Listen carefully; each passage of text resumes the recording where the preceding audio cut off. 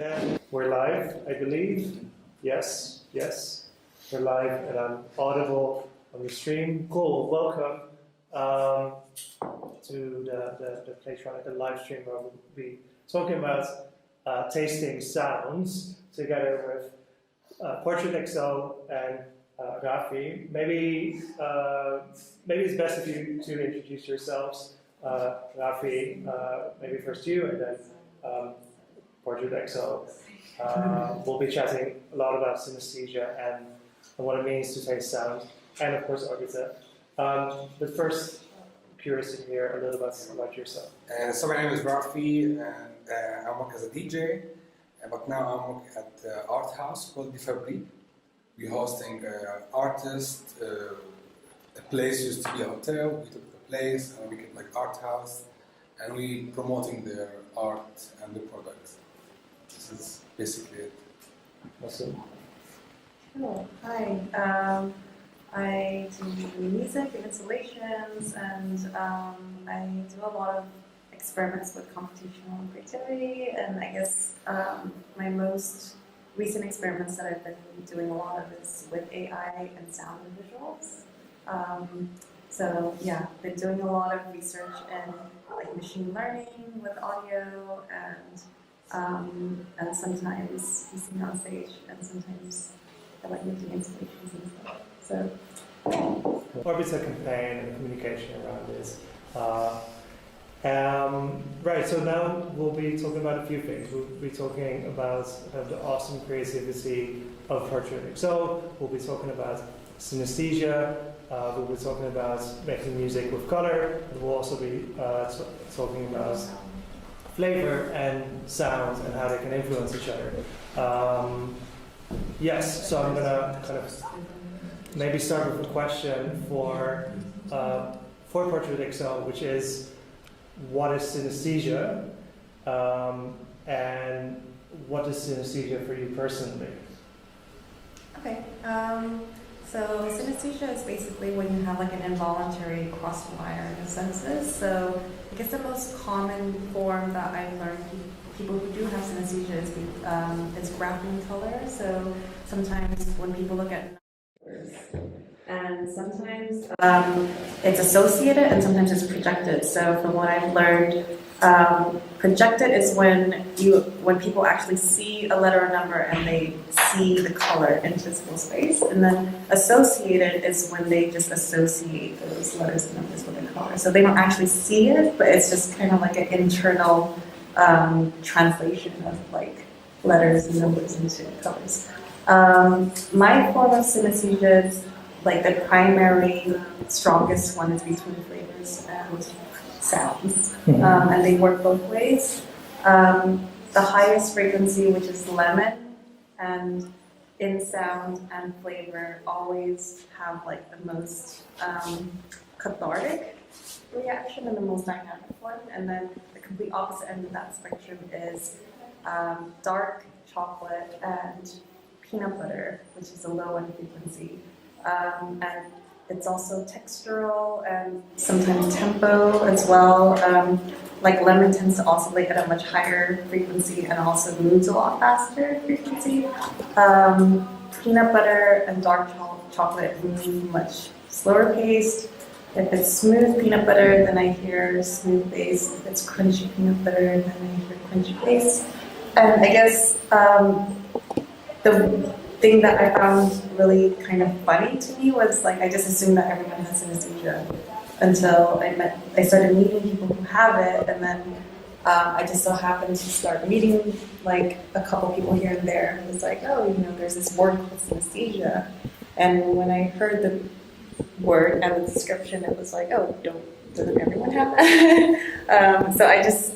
Yeah. I wanted to ask about this because a while ago I found out about a particular phenomenon, which is there are people that don't have an internal voice, as in, when you know how you can like hear yourself think almost, like we describe it as hearing yourself think, and you kind of feel like you have a voice in there.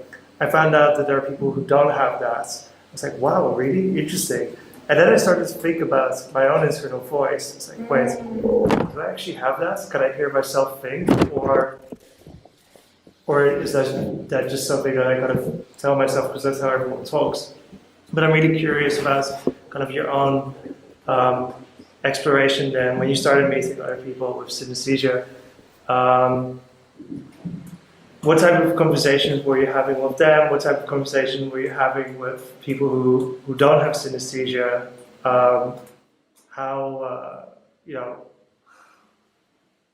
How do you translate maybe what you experience to someone who doesn't have synesthesia? I mean, I guess that's something you maybe thought more about over time then.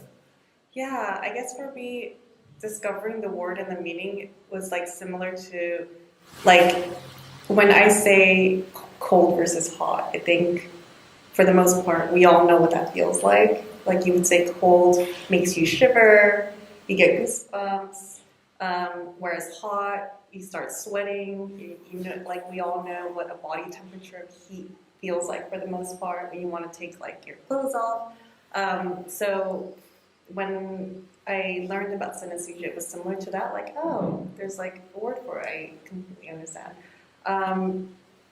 The most, I guess, eye-opening person I met was a Harvard neurologist named Dr. Joel Salinas, and we did a few collaborations together where I created an installation that helped translate his synesthesia, where he sees numbers from visuals and hears sounds at the same time. So that was like interesting to meet other people who have these like mishmash of frequencies. And he has mirror touch synesthesia, and we had these conversations about like heightened sense of empathy that comes from this kind of hypersensitive way. And so he had some really elegant ways of describing how as humans we actually have way more senses that we feel life through, more than the five that we know of. And a lot of neurologists and neuroscientists will say that we're born synesthetic, and like as we start pruning, I can't remember at what point, it's like 18-month mark or something like that, we start compartmentalizing, like, okay, this is sight, this is smell, this is touch. But before then, we actually are born synesthetic, like we just experience everything as all in one. And they did a lot of interesting studies of babies and just like doing, you know, sensory tests and seeing how they react. And, so yeah, I think the conversations I had with Joelle was really helpful, and what got me interested in doing more like installation work and helping is in a tangible form was when he helped me to kind of understand the reason behind why I have a really hard time remembering facts and numbers. Like the way I remember things is very textural, so I'm really good at remembering a date and like a historical moment in a very sensorial way. So I could tell you, I remember what the texture of the couch was from like a memory from the 90s, you know? I can tell you what it smelled like. I remember exactly what people wore. And all my friends used to make fun of me because I wouldn't remember some of like people's birth dates, or like, I was really bad with history because I just was so bad at remembering, like numbers and dates just made me have like an emotional connection to them, so I had a really hard time remembering that kind of stuff. But yeah, anything to do with the senses, I have like really sharp memory, and it was nice to have like a professional kind of validate that there wasn't anything wrong with my brain. It was just that my sense of holding information, like memory, was processing in a very different way to, I guess, like what's considered good memory in the, you know, normal world. I'm curious of, so you do a lot of things in the digital sphere, partly because you're just like very curious about technology and innovation, partly just because of the last year and why maybe the people watching right now are watching it on a stream rather than maybe in a cool like little space in Berlin. What role do you think, like, how do you bring the senses in things that you do digitally, and maybe what does, maybe that's the question, like, I kind of want to also build towards like tactility, but maybe first a more general question. I know you've been doing like kind of virtual installations, so maybe you can tell a little bit about this. My fascination with like interfaces and stuff, or Yeah, like maybe what is the role of the senses in a world that is like increasingly digital, and maybe how do senses play out in the digital world? Is it something that, do they have a place there, or do we need to like also reconnect with like kind of more physical senses? What do you think? I think having more physical things that help us feel life in a tangible way is always great. I've been experiencing major like oversaturation with having a highly digital lifestyle, because everything I do with work is like all here in laptop format. So that, and then also I'm communicating with people all the time on my phone, so just being mindful of like how often my thumb touches like my screen itself is just like a really strange thing. And I've been thinking a lot about what is happening these days with like lack of human contact, and I think we've all become more digital because of having to work from home, and well, for people who are lucky enough to have like a digital way of working when it's like pandemic and things have been shutting down and stuff. I feel like my senses have been kind of, I don't know, it's become a bit soupy for me since I've become even more digital now more than ever. And I'm actually catching up with Joelle at the end of this month to just have a little catch up, because I find it really helpful when I have conversations with medical professionals just to get an understanding of like what is because I've been really curious, like what is happening to our brains and our like physiological side of our human makeup during this period. I'm really curious because my sense of memory has gone out the window. I don't know how to remember things, and maybe it is like going back to senses because I'm just not having as much of there's not much sensorial input coming in. It's just like this is my these are my senses all here locked up in this digital format. So yeah, if you ask me to describe like the most memorable wait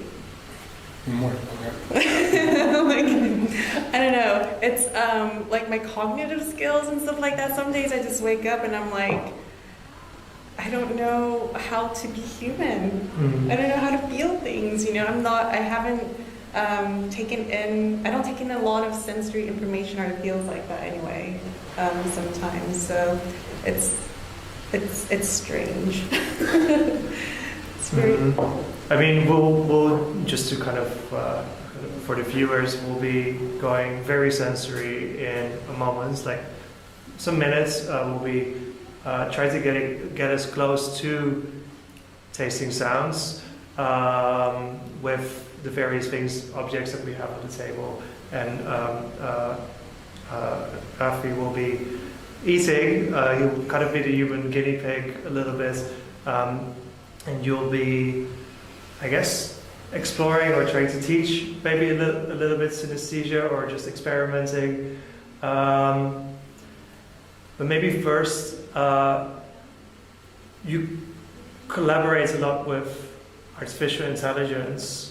Can you talk a little bit about what that means to collaborate with artificial intelligence? And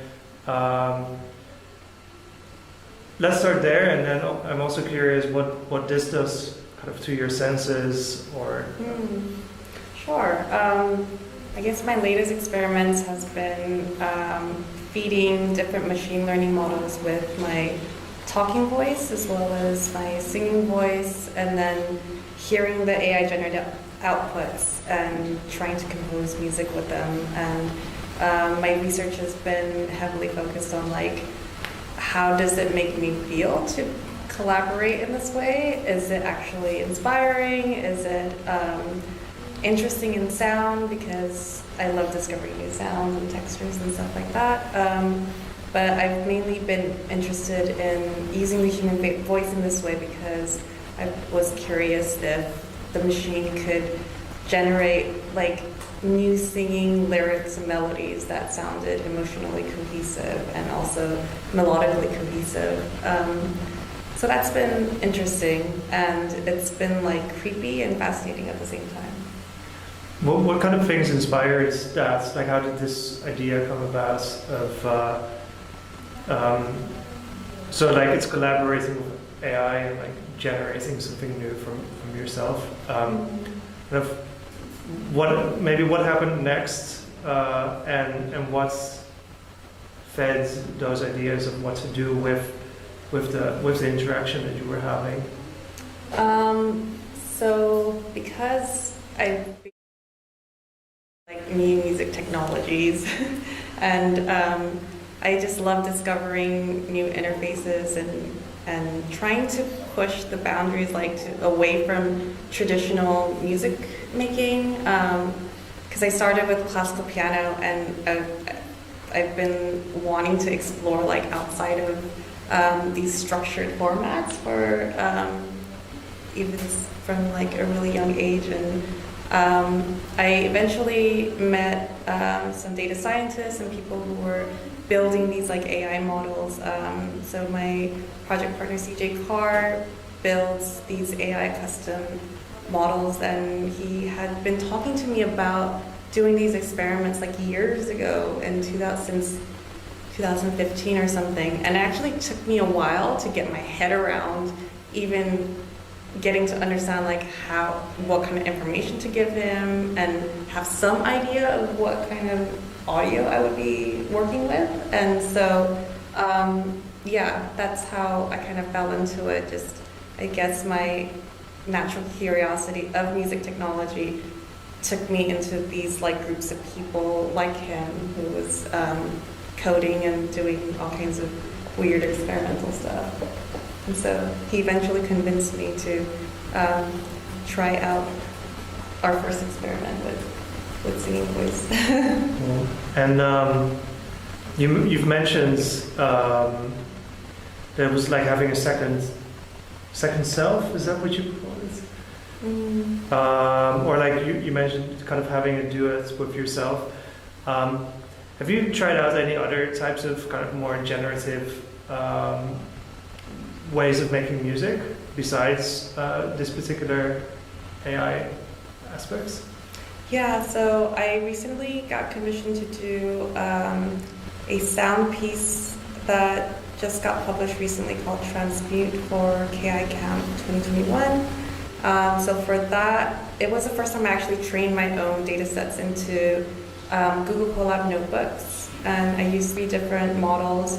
They're all available online, like they're all open for people to try. They're a little bit buggy, so I luckily worked with a friend who added some code here and there to make it easier, and I plan on publishing the updated Colab notebooks with like hopefully an easy to understand tutorial so that anyone who's interested in experimenting, they can try it out also.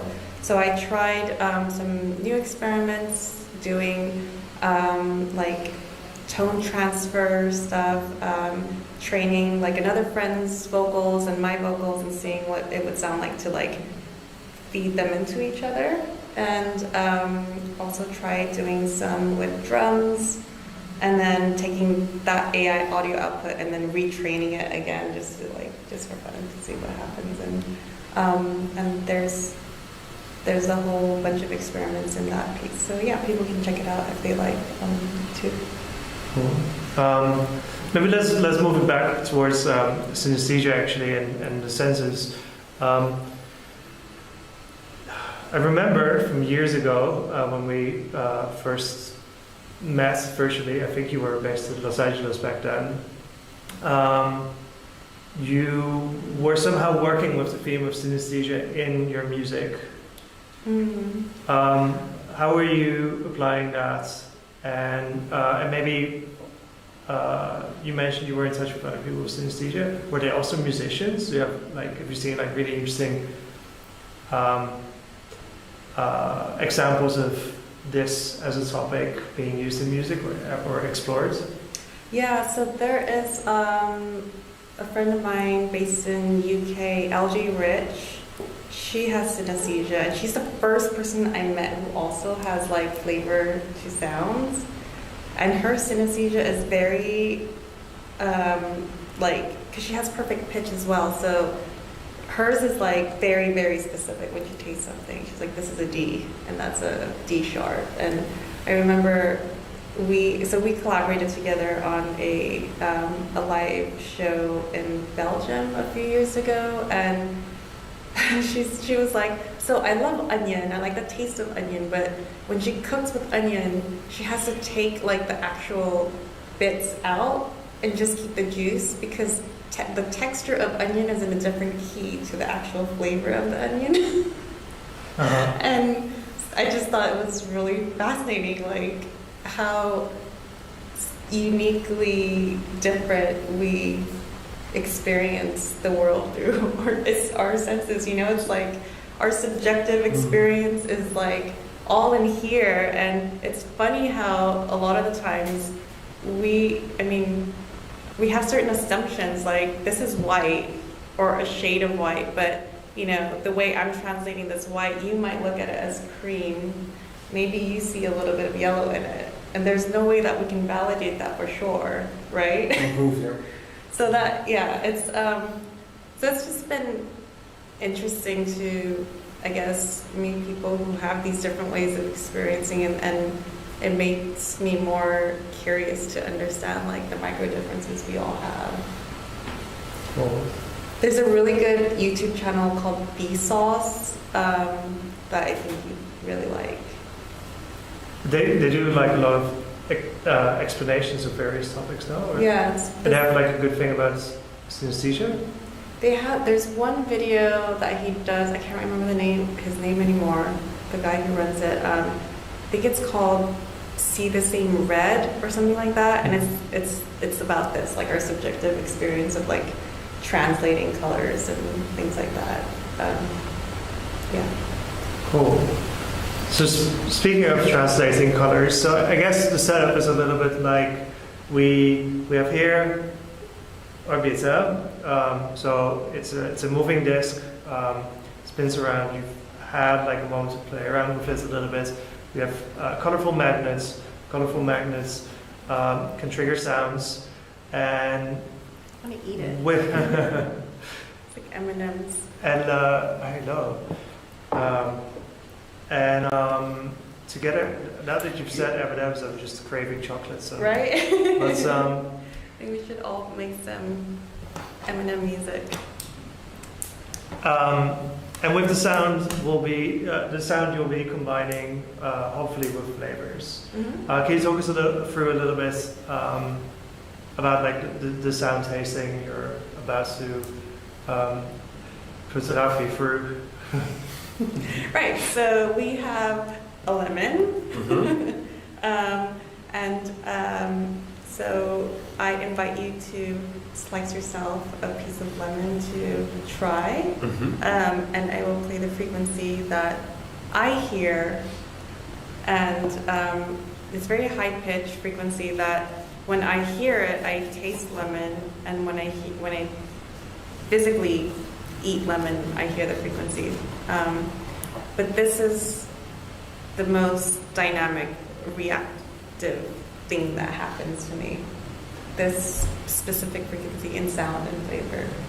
Like this is the most like the intense reaction that I have, where like the world stops and I can't do anything because it's very noisy. There are like very few frequencies that do that to me, and lemon is one of them. Cool. And maybe before we start, have you, maybe for Rafi's safety, have you done this before? But I'm joking. I'm actually curious. Have you done like, Have you done these types of sessions before with people and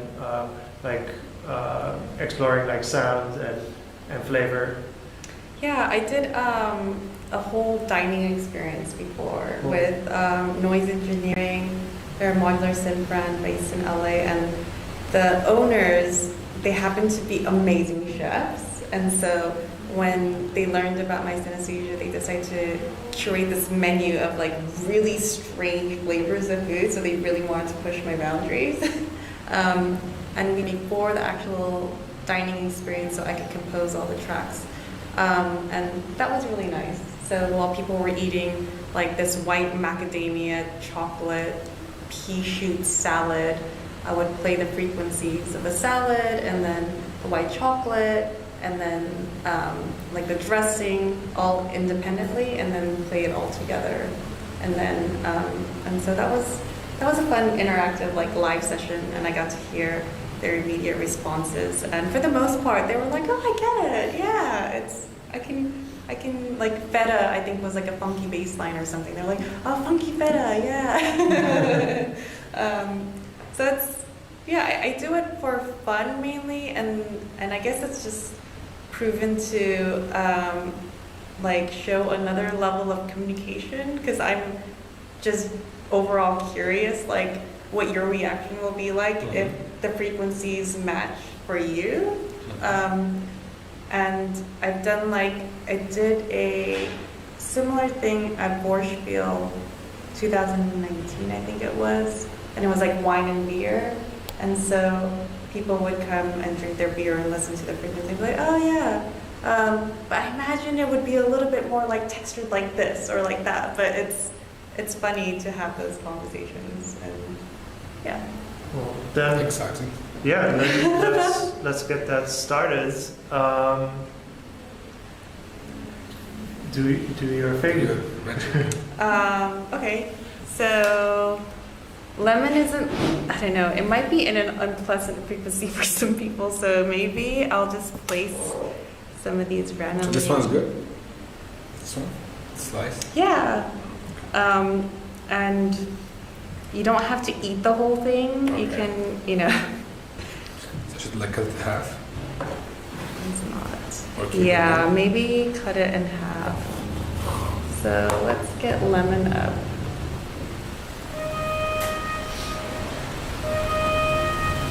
That's not quite high enough yet. Cool. So like what we see happening on the Orbita is like spinning. Every time it reaches the arm, it triggers the sound. So now that's twice per rotation. I like that this is like, there's an element of surprise here for me too, because I have no idea what notes I'm playing. But I really like the randomness of this approach.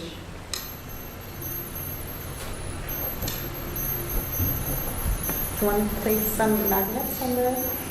Ooh, I'm really nervous I'll mess up your carefully curated random composition. Well, There, oh, oh, it's got to be on the white. Oh, wait. got it. I feel we need some green on there. I can taste it. It's like right here. It's hitting. I think neither of us can taste it. Or No. If Yeah, anyone... is it- Oh, wait. Can I put one? Maybe we Yeah. make it slightly slower. Will be easier to play. Yeah, and then we can speed it up, because I'd say that lemon oscillates much faster. Okay, so now, Rafi, I invite you to have a little, you know. Do it now? Mm-hmm.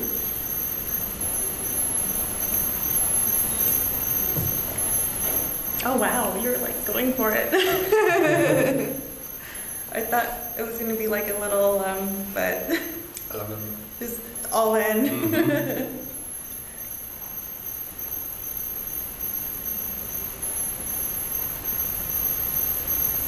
Mm-hmm.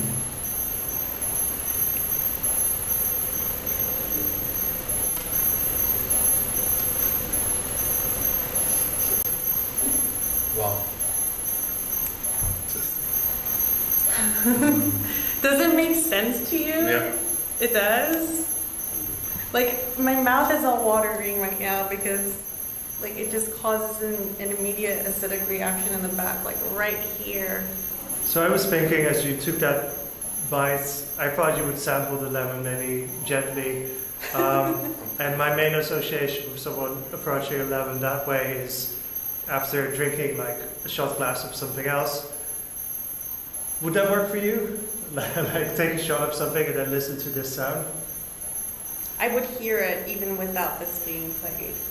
Because it's such a... With just like, Yeah.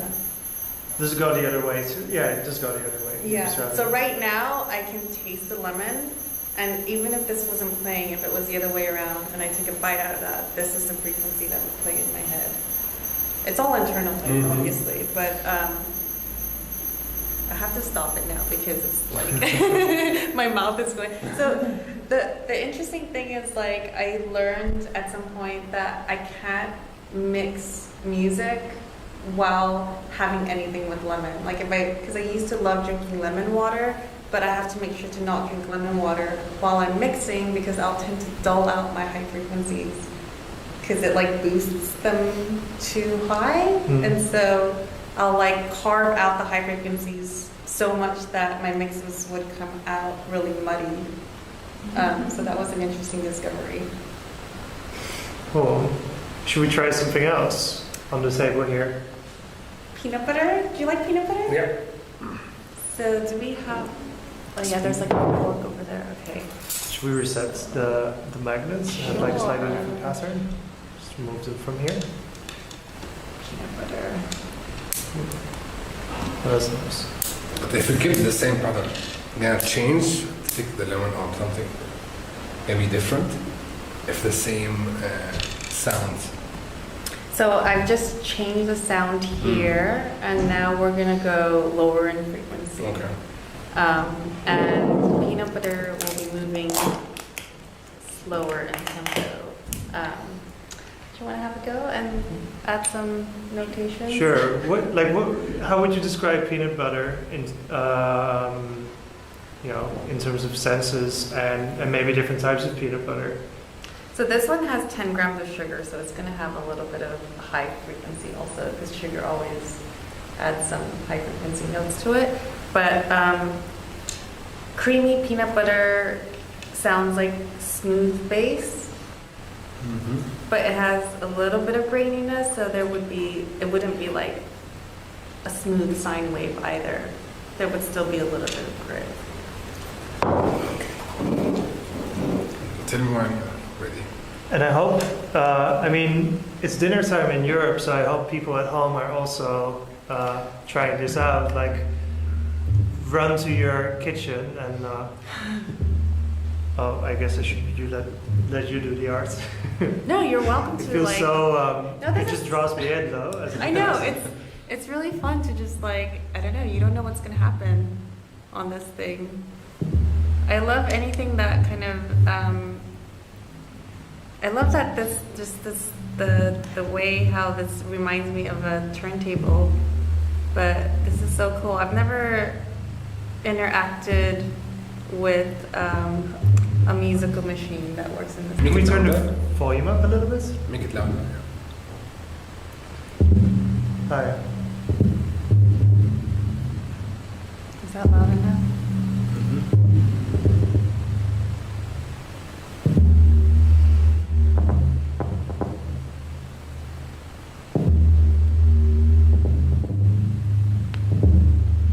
Well, feel free to have a bite of peanut butter anytime.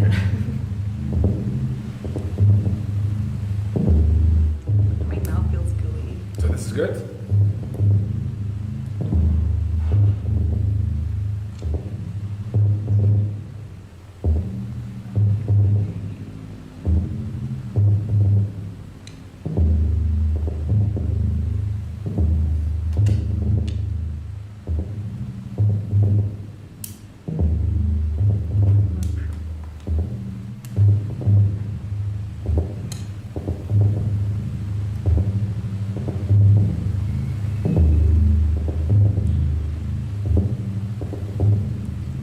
How's your peanut butter It's good. experience? It's really interesting, really adding some crunching to it now.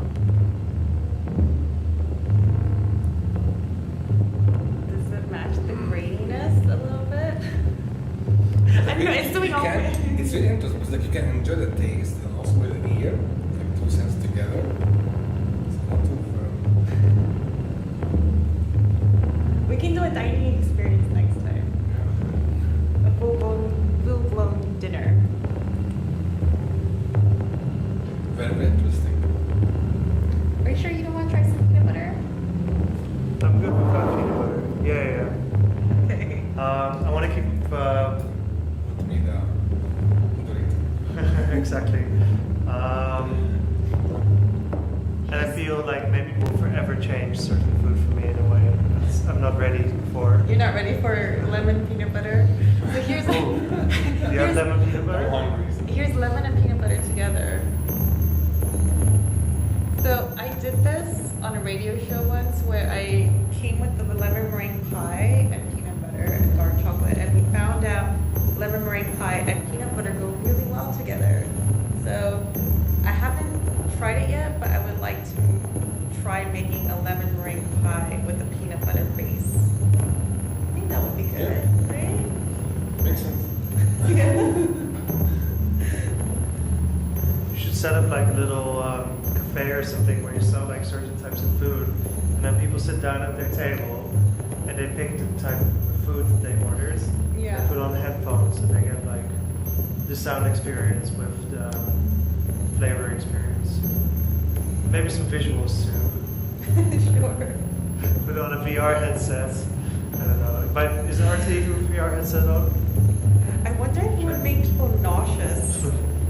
Because maybe it'll be too overwhelming. Possibly.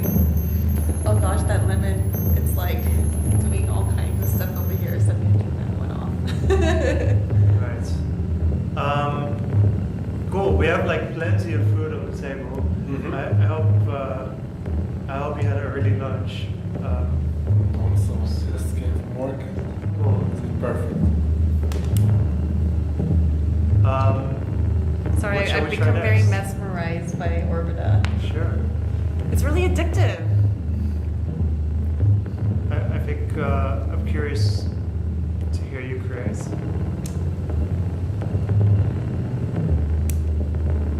I've lost track of what's going on. I have no idea what's going on anymore.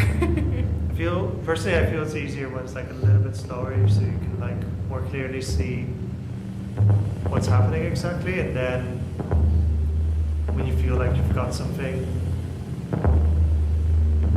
speed it up again.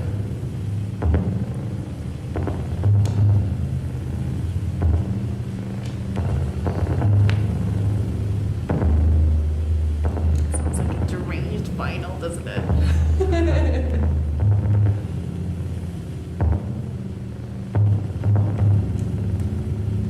So, what about like tempos of the tempos of sound? Yeah. Does that do anything for you, or is that more like? I guess sound has a frequency, so there is already like a certain speed from sound. Yeah, so like lemon oscillates much faster. Dark chocolate particularly moves slow. Peanut butter moves slow. Not this slow, maybe more like. So like if it's the first bite, then it oscillates faster and then it kind of slows down. So yeah, that would be like the tail end of the peanut butter, you know? But then it's like as soon as you bite into it, it'll probably move at like that tempo. You can take more if you like. Okay.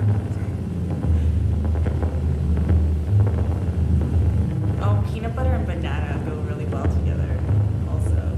Does banana have a certain sound, or is it kind of the same range?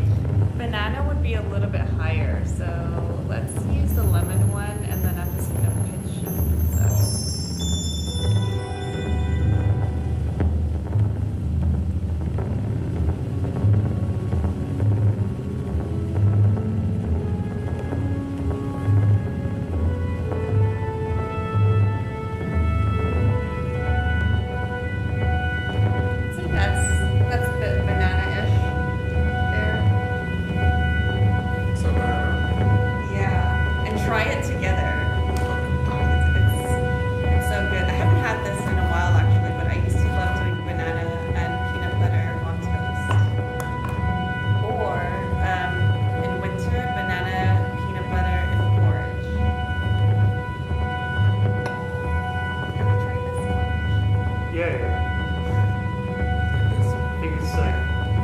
vegan ice cream. They really like to mix peanut butter and banana and vegan ice cream. This is a really easy way to like add kind of nice creamy flavors. So I'm gonna try now.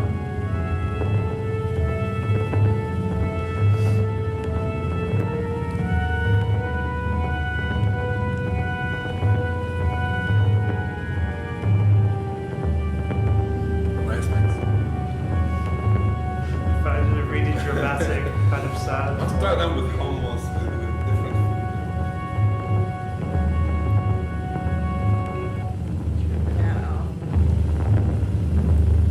What about like something like crackers or cucumber?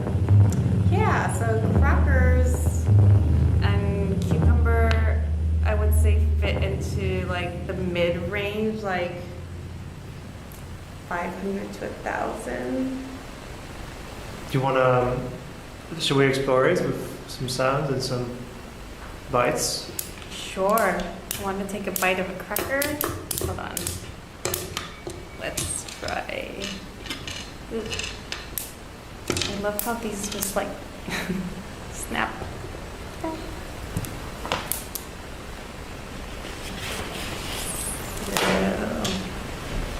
feel free to add some, maybe we'll start with this. So that's the right texture, not quite the right frequency.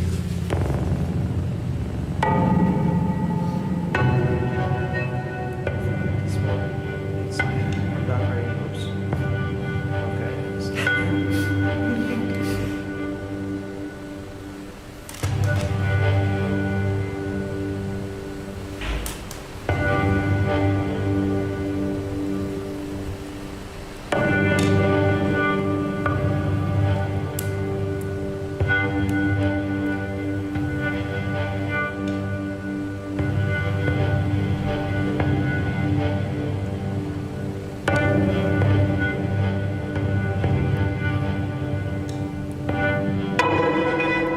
Oh wow. Unexpected.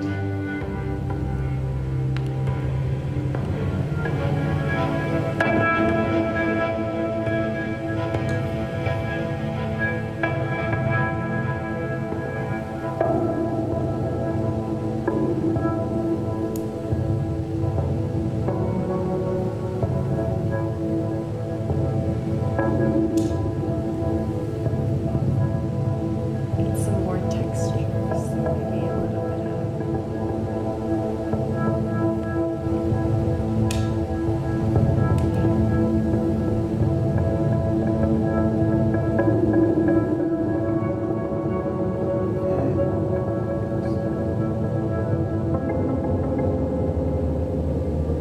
Trying to find the right frequency. And it's also like a spectrum, so I don't hear like a very specific note to flavors because the flavors change too, I think.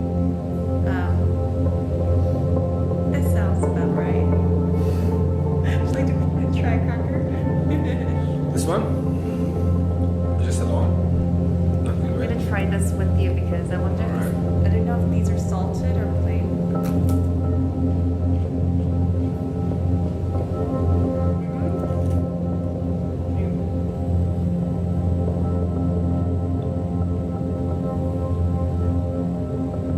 Yeah, this.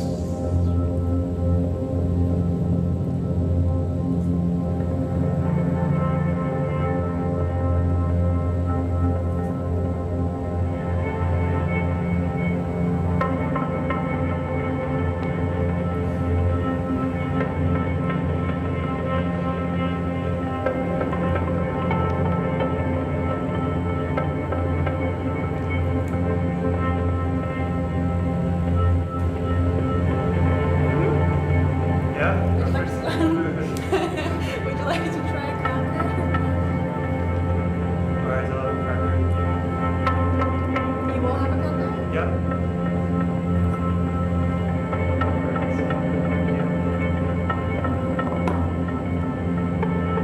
I think the salt is making it a little bit higher in frequency, just a bit.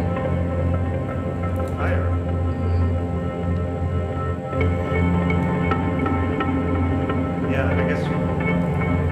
sound sold higher, or there's no way to say why? It's just how it feels. Yeah. I can't tell you the why. It's just my my internalized translation that's happening. And like, just slow down for a sec. What like the sounds that you're playing? Actually, you were telling me a little bit about this before we went on the stream. So like, what are the sounds we're hearing as this is playing?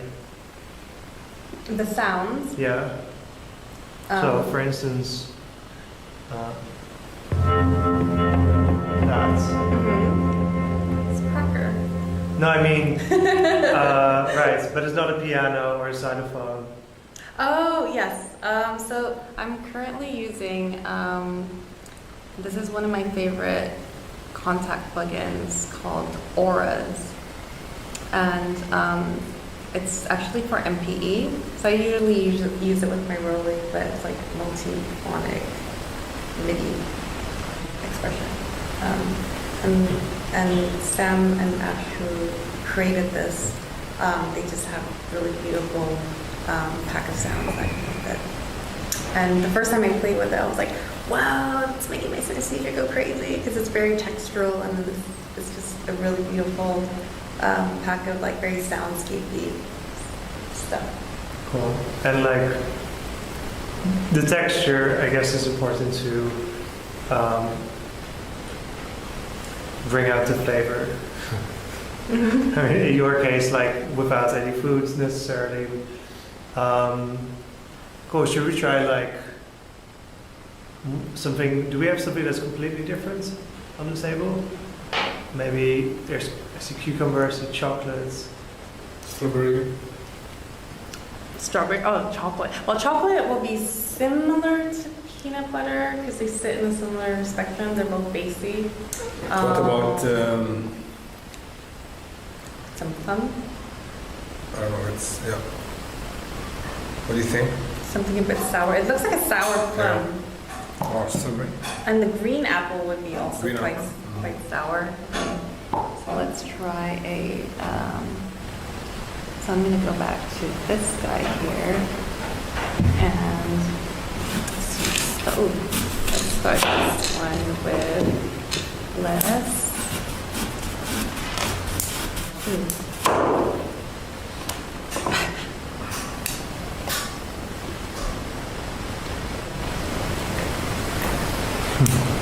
That's like, okay. All right. So.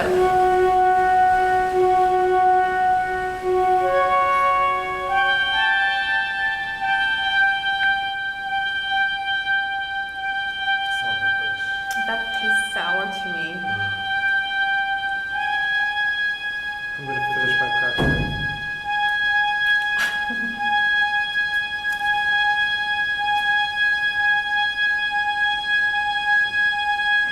Okay. Yeah.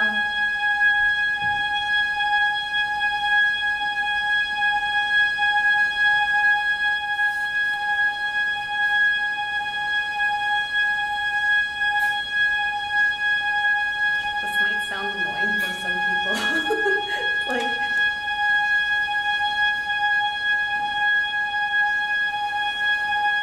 Maybe add like one or two magnets to switch it up a little bit.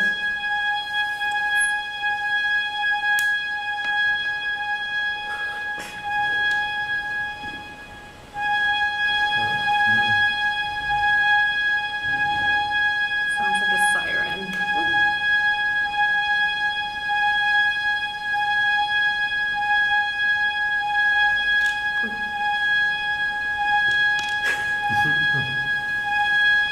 What happens if I just throw it?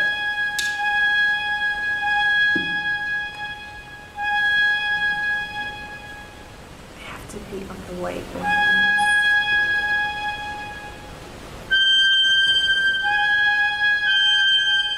Oh, there's a random one that doesn't quite fit. Ooh, that's really... That is quite sour though. So this is the sound of a sour apple. Yeah. Would you agree? Does it sound quite sour to you? I mean, I think it sounds pretty sour. Yeah, I'm very.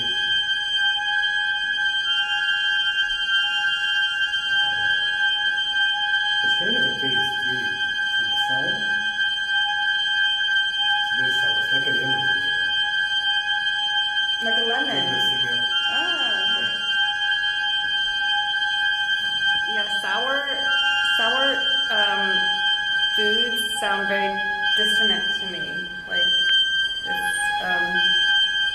tension that the flavor provokes.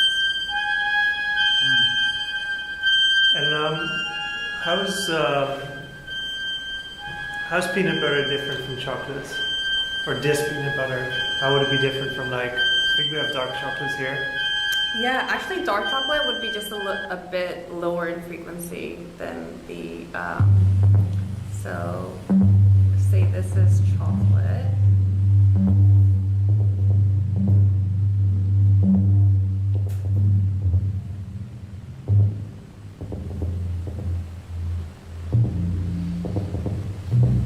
Something like there, I would say, is like dark chocolate. Is there like a range we haven't explored that you also associate with music? Like where would, for instance, black tea be? Black tea. So tea and coffee fall into this frequency range here.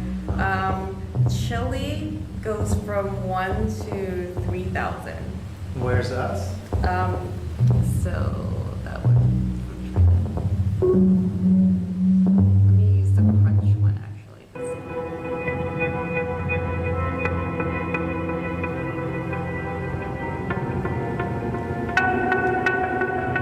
It oscillates a lot faster.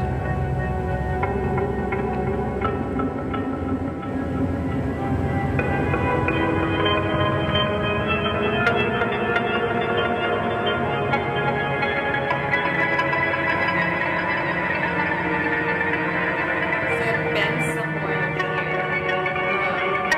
Chili actually has probably the highest largest frequency range for some reason. It can move from 500 to 3,000 depending on how spicy it is. So the spicier it is, it'll be louder and like higher in frequency.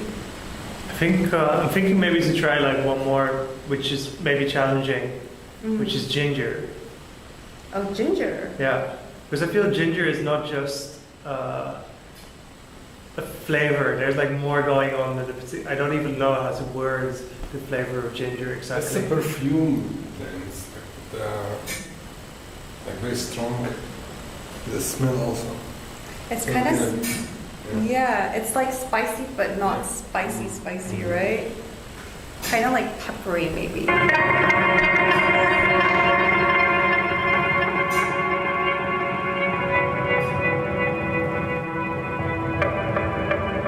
Maybe Duffy, do you want to combine it? I see some ginger on the table next to you. Oh wow, we have ginger on. We do have ginger. This It's for like the experience, for the science.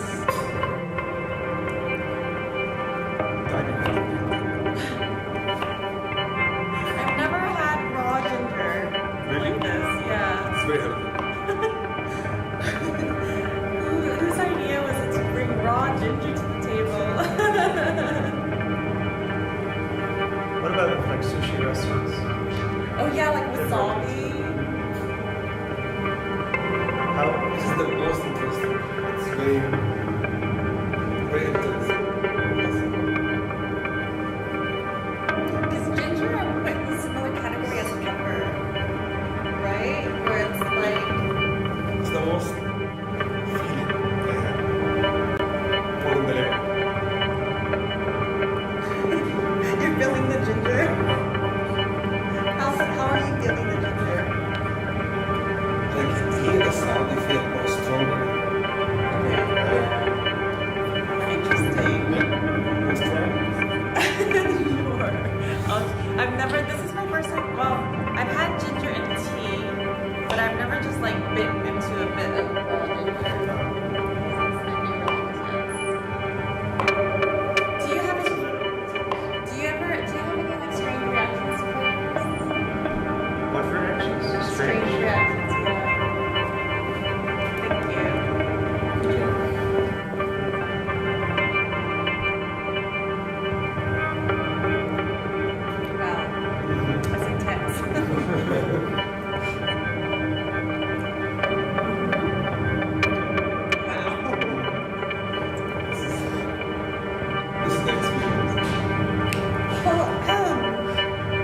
finishes. Yeah, it's my memory. I don't think I'll have the rest of this, but that was intense enough for me. Do you feel like it matches the sound range that you experienced? It's a bit eerie flavor. Eerie. Uh-huh. Is it like body parts or like the vibe? The vibe. The vibe, okay. Ginger's eerie. But if you look at it too, it's kind of a strange looking thing. Like, you know when you go and buy ginger at a store, like every time I look at them, do you remember that movie, Pan's Labyrinth? Have you seen it? Do you remember Pan's Labyrinth? But that's what it was. You would have seen. What about Pan's Labyrinth? There's like people watching that may have seen this. There's that creature in the movie that looks like a piece of ginger. I can't remember the story anymore. But it's got like a, I think it's evil or it doesn't, I can't remember now. But anyway, whenever I go to buy ginger, I just think about this creature now. And sometimes like food has personalities and ginger has like a weird personality to me. It's like this weird creature that's like, you know, the weirdest one because like when you go and shop for ginger, they're never the same. Like it's not like apples where they look way more similar to each other. Gingers are just like this strange creature looking. So I'm curious to actually hear from both of you. Like now, not just have you had like you a demo to like the sound of flavors, and but both of you kind of somewhat like Orbita demo, like at least like the prototype of the final version. How would you imagine? Like, do you think like, oh, I would want to? What kind of things would you want to test out with it? Or like, we have things now. Did you think like, oh, I would want to play around with this for X, Y, Z? Yeah. And like, same question for you actually. I really like the interface of this. It's very, I had a lot of fun just like putting these random things into it and seeing what happens. I really enjoy any kind of interface that breaks out of like a traditional approach to music making and that injects a bit of fun. And that's what I really love about this. So I'd love to play more with it and use it in my productions and do some sound tasting experiences. But I like the interactive element, not just as in like for myself, but I liked how we were all just like playing with it and just that like group interaction I think is really fun. That's very interesting also to have different people to taste, to play. It can be also you can do it for dinner or an event. Yeah. Like an application from It's really mesmerizing, isn't it? Just like stare at it also, like as it spins and like trying to keep track of like every time one of these magnets hit the middle, I'm like trying to keep track of how the notation's working. But I really like it. It's cool. It is, I mean, just the movements on its own, like the movement sound combination, it makes you just want to stare. Like, I would be staring a lot more if it weren't for the fact that we're supposed to, like, also keep the stream entertaining. And I love this, that you can change the tempo. So cool. I think for me that would become like the drum and bass switch. It's like, alright, now it's like nice down tempo stuff, and now it's drum and bass. Drum and bass.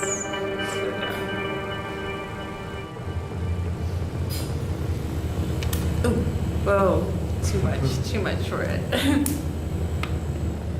Yeah, I'd love to play around with it some more and just, I'd really love to explore this guy and try playing with some more sounds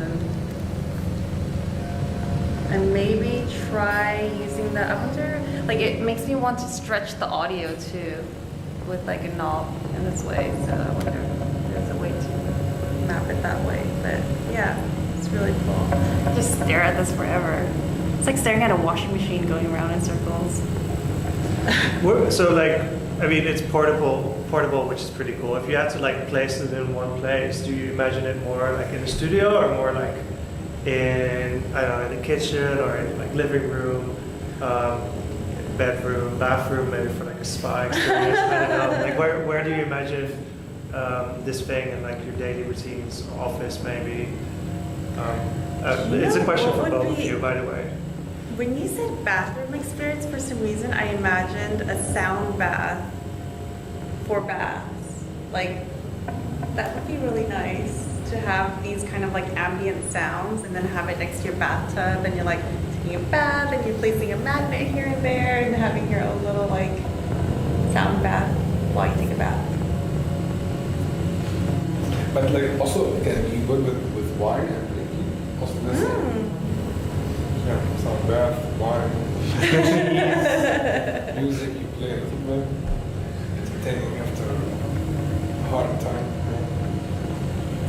Yeah, for me, I don't know, like, it can be anything. It can be a date, it can be like an experience for a date, it can be, I don't know, it can be also good for marketing, like to promote a product somehow. How do you imagine that? I don't know, like it's like a restaurant somehow. It's like promoting the restaurant or whatever, like the experience of eating food. Oh, of the whole combination. Yeah, of exactly. Because like it is interesting when you use different, because you're using the taste, the ear, yeah, the look. So more interesting. I think what I like, I don't make music, but I do DJ sometimes, and I feel when I'm using like a laptop, I feel there's something in between me and the audience, like literally, but also the light from the screen, it makes it really hard to see what's behind the computer, and it just loses like the connection with everyone around. And even though this is like connected to a computer, I feel the fact that something is happening on the table, all of us are looking at that, and it's like kind of maybe creating more like unity or more of a communal feeling about what's happening than someone doing some stuff on their computer and nobody, either you cannot see it, or even if you're standing on the side or something like that, it can be hard to figure out what's going on, or not so interesting to look at, whereas this is probably just as interesting to look at for everyone. Probably more interesting to look at if you can also touch it, I'll say.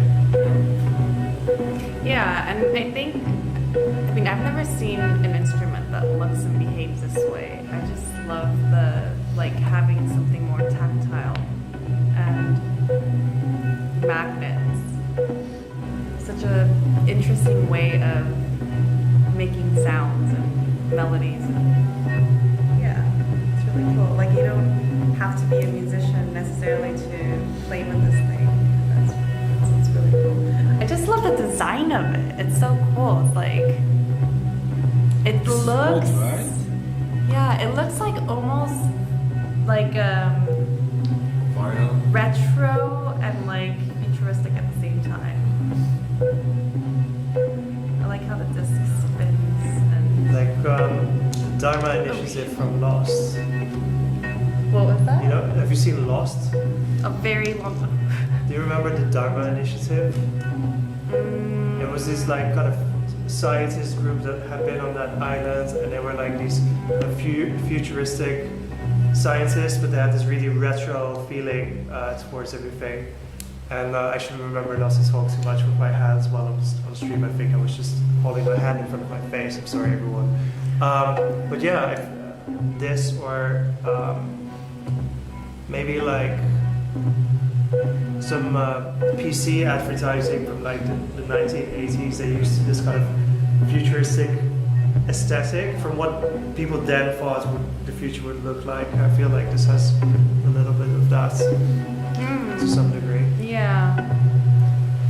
I want to eat the magnets. I wish they were candies. Nice.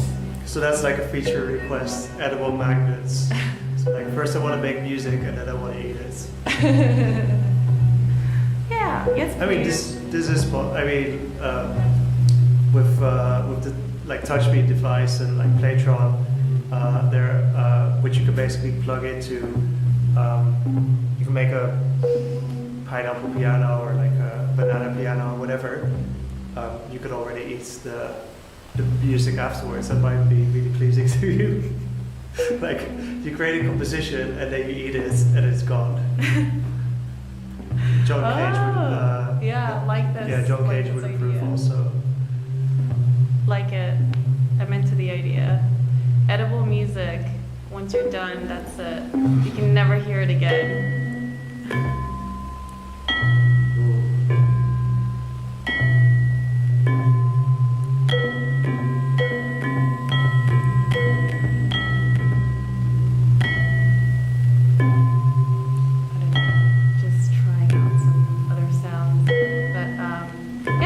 First time playing with Orbita. It's super fun. I can sit here for hours and just play around with different stuff.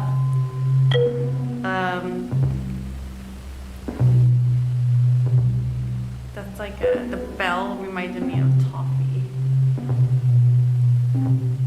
Sometimes I remember I got asked if I ever get hungry because of my synaesthesia or if I feel like satiated. And I would say that I still crave actual food as well. Do you have any favorite flavors of your own that you like? Do you have a favorite food that you eat? So I would be vegan if it weren't for cheese. So probably various types of cheese. Are like my flavor palettes, but I think it's not just the flavor; it's also like the texture and stuff like that. Yeah, I also became a massive cheese lover once I gave up meat, so I understand that one. I wonder. So I found I'm allergic to some types of mushrooms, and I wonder, like approaching that kind of frequency, if it would trigger stuff, but probably not actually. Mushrooms wouldn't trigger something strange? Well, if I had synesthesia, Yeah. and I developed some intolerance to some types of mushrooms apparently. Okay. So now when I see them or smell them, it's like just an instant like reaction from my body is like stay away from that. It's almost like repulsion. It's like it's not a great experience, and I wonder if I had like synesthesia, if I could like have sounds that remind me of that, just like how you can walk down the street and like smell something and it just triggers a memory. Yeah. Do you have that? Do you have like do you ever hear a sound that reminds you of like a particular dinner or something? Oh man, my smell, I find sense of smell connected to memory really strong. That's like the craziest one. Like if I smell certain things and it reminds me of someone and then I smell it again, just randomly, it'll just take me right back to a specific memory and the person as well.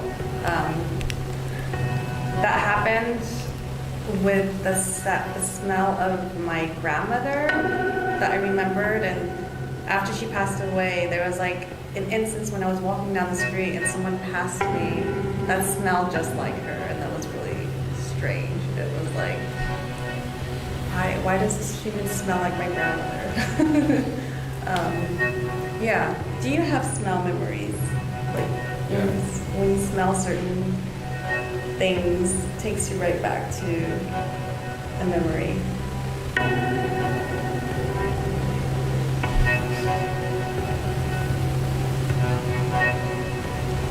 I think when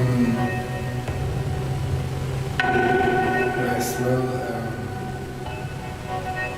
corn, we cook corn, and when I have this memory of my childhood all together to pick the corn. So yeah, I have this a lot.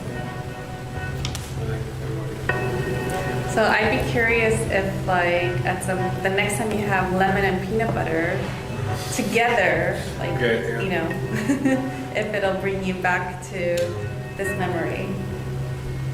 But what about like cooked food? Cooked foods. Yeah, it's like ready food, not like just like basic fruits or vegetables. Like more complicated. It's a lot of mixes. Yeah, there's a lot of flavors and tempos and textures. I mean, I love curry. I could eat curry every day. I just generally like spicy food, so anything that's really rich in flavors, I really enjoy. And I really like Turkish food too. I mean, we're in Berlin, there's a lot of Turkish food here. I'm gonna kind of slowly wrap things up. Yeah, like maybe both of you, let's start with you. If people want to learn more about you and the things you mentioned in your intro, is there a website? Is there a social media thing you want to mention? Yes, so you can follow me on Rafi, RAFISIIN on Instagram, and you can follow all my projects and what I'm working. And if you are an artist in Berlin looking for art residency, you can contact me. You can live for free in Melbourne. That's cool. Yeah, what about for you? You can go on my website, portraitexomusic.com, and I'm mainly on Instagram, on the socials, because I can only handle one platform at a time. I'm on Facebook also, but I'm just more active, I guess, on Instagram. So, and that's Portraits XO. So portraitexomusic.com. Yeah. Portrait XO on the socials. Cool. Then for Playtronica, like if you're somehow on the newsletter or watching the stream and you're not yet on the Instagram, go to the Instagram. It's super cool. Like lots of cool moments and great like creative interactivity shared around music and things and tactility and senses, and we can have more conversations like this. We'll also be posting like I guess a clip of this particular stream there. Yeah, and like also super awesome to hear like your ideas and things like that. So always tag like Playtronica if you're like doing cool creative stuff around senses and music and new models of interaction, or slide into the Instagram DMs and things like that. We'd love to hear from you. And if you're doing anything with our devices, we usually like share it with the community. It's super cool. There's also a Facebook group you can join, which is really recommended. It's also lots of fun. I think that wraps up the stream. I hope you're all hungry. I hope everyone, particularly in Europe where it's dinner time, and I guess on the other side of the ocean it's kind of lunchtime. I hope you have like a delicious bite, and I hope you find a really good soundtrack for it. All right, thank you. Should we all wave? Bye.